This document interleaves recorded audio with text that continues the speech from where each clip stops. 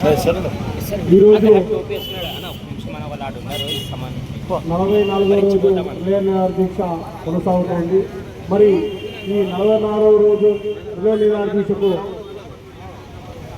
మరి బేస్తా గంగపుత్రుడు సంగమ మద్దతు తెలియజేస్తూ వాళ్ళు ఈ దీక్ష కూర్చోవడం అనేది మరి వాళ్ళ కుటుంబ సమేతంగా వాళ్ళందరూ కూడా రావడం జిల్లా వాళ్ళకందరూ కూడా దేశ తరఫున కృతజ్ఞతలు ధన్యవాదాలు తెలియజేస్తున్నా. భవిష్యత్తులో కూడా మరింత ఉద్యమం తీవ్రతం చేయాల్సినటువంటి అవసరం వస్తుంది. మరి అప్పుడు కూడా మీరు ఇదే విధంగా సహకారం ఉండాలని వారికి పెద్దలకు నాయకులకు అందరూ కూడా మరి విజ్ఞప్తి తెలియజేసుకుంటున్నాం. మరి ఈ ఆదోనికి అనేక సంవత్సరాలుగా అన్యాయం జరుగుతూనే వస్తుంది. ఫస్ట్లో మనం మద్రాసు రాజధానిగా నివసించేవాళ్ళం. తర్వాత కర్నూలు రాజధాని అన్నారు. 2 రోజులు పెట్టి మరి హైదరాబాద్కి తీసుకెళ్ళారు. మళ్ళీ హైదరాబాద్కి తీసుకెళ్ళి 2 రోజులు హైదరాబాద్లో ఉండి మళ్ళీ అమరావతి అన్నారు. అయినప్పటికీ అనేక సందర్భాలుగా ఇక్కడ వలసలు ఆగడం లేదు, అభివృద్ధి చెందడం లేదు, అన్ని రంగాల్లో వెనుకబడి ఉన్నాం. మరి చెప్పడానికి మాత్రమే సెకండ్ బాంబే, అలాగే మార్కెట్ యార్డ్లో అది పెద్ద ఆంధ్రప్రదేశ్లో పెద్ద మార్కెట్ యార్డ్, అలాగే మున్సిపాలిటీలో తీసుకున్నట్లయితే అది పెద్ద మున్సిపాలిటీ, అతి చరిత్ర కలిగినటువంటి మున్సిపాలిటీ, దాదాపుగా 165 ఏళ్లపై చరిత్ర కలిగినటువంటి మున్సిపాలిటీ. ఒకప్పుడు బళ్ళారికి అప్పించినటువంటి మున్సిపాలిటీ ఈరోజు దివాలా తీసినటువంటి పరిస్థితి. మరి ఇలా చెప్పుకుంటూ పోతే ఇక్కడ అక్షరాభ్యాసంలో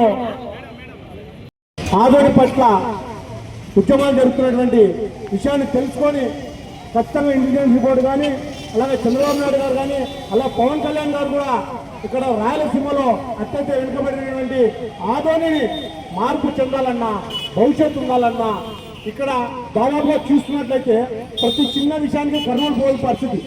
ఈరోజు అంబులెన్స్ ఏదైనా జరిగితే దాదాపుగా 120 కిలోమీటర్లు ఆదోని నుంచి, అలాగే ఒల్గుంద నుంచి తీసుకుంటే 150 కిలోమీటర్లు అవుతుంది. ఇక్కడ ఏ హాస్పిటల్ పరిస్థితి లేదు. అంబులెన్స్ పోవాలంటే 8,000 రూపాయలు అంబులెన్స్ పెట్టాలా. అలాగే దాదాపుగా 3 గంటల పాటు భయంతో ప్రయాణం చేయాల్సిన పరిస్థితి. ప్రతి నిత్యం కూడా ఇక్కడికి వందలాది వెహికల్స్ అంబులెన్స్ కూడా కర్నూలుకి పోయే పరిస్థితి. ఎంతో మంది మధ్యలోనే ప్రాణాలు పోయినటువంటి పరిస్థితి. మరి ఇటువంటివి తీసుకున్నట్లయితే అనేకం ఉన్నాయి. అలాగే ఇక్కడ ఉన్నటువంటి 2 రకాలుగా నిరుద్యోగులు ఉన్నారు. ఒకటి, చదువుకున్న వాళ్ళు ఉద్యోగాల కోసం కూడా బెంగళూరు, ఢిల్లీ అనుకుంటూ అనేక సందర్భాలుగా పోయి అక్కడ ఎన్నో ఇబ్బందులు పడే పరిస్థితి ఉంది. అలాగే నిరుద్యోగి చదువు లేనటువంటి వ్యక్తి కూడా అనేక సందర్భాలుగా ఎక్కడో పోయి పిల్లతో అక్కడ కూలి పనులు పోతూ ఎన్నో రకాల ఇబ్బంది పడే పరిస్థితి ఉంది. ఇవన్నీ మారాలంటే మరీ చెప్తున్నా, ఆదోని డివిజన్లో ఉన్నటువంటి ప్రజలు, ఆదోని ప్రజలు ఏదన్నా మనం మారాలనుకున్నా, పిల్లల భవిష్యత్తు బాగుండాలన్నా ఆదోని జిల్లా స్థాపించుకునేంత వరకు ఈ ఉద్యమాన్ని మనం ఉధృతంగా చేయాలని చెప్పి మరీ తెలియజేసుకుంటూ రాబోయే రోజుల్లో ఎంతటి ఉద్యమానికైనా శ్రీకారం చుట్టామని, ఆదోని జిల్లా స్థాపించుకునేంత వరకు వదిలిపెట్టే సమస్య లేదని చెప్పి ప్రభుత్వానికి డిమాండ్ చేస్తూ హెచ్చరిస్తున్నాము. జై ఆదోని జిల్లా, జై ఆదోని జిల్లా, జై ఆదోని జిల్లా.